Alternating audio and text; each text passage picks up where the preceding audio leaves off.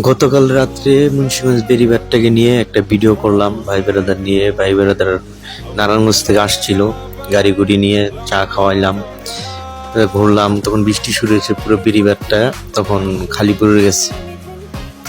তো পুরো বেড়িবাঁধটাকে আমরা ক্যাপচার করলাম, সব কিছু দেখলাম। পুরো বেড়িবাঁধটা পুরো খালি। এই যে ভাই বেড়াদাররা আসছে, তারা এখানে ছবি টবি তুলতে আছে, ওরা ছবি টবি তুলতে আছে।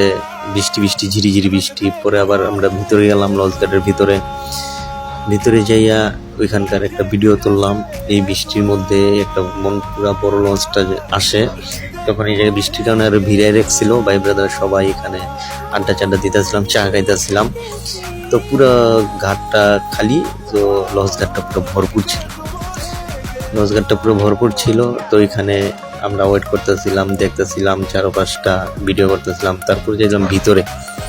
তো ভিতরে যাইতেছিলাম, তখনও বৃষ্টি পড়তেছিল, লঞ্চটাও থামায় রাখছিল। আমরা দেখতেছি মাল উঠাইতেছিল। তারপরে ওই জায়গায় সামনে আরো যাইতেছি, তো সামনে যাইতে যাইতে দেখলাম আরো খালি। তো নারায়ণগঞ্জের লঞ্চগুলো ওইখানে ভিড়ে রাখছিল। আমরা ওইখানে পথে যাইতেছিলাম, যেতে যেতে দেখতেছি সবকিছু খালি। তো আমরা ওইখানে যাইয়া ভাই ব্রাদার বৈশা আড্ডা চাড্ডা দিব, এই কারণে ওইখানে যাইতেছিলাম।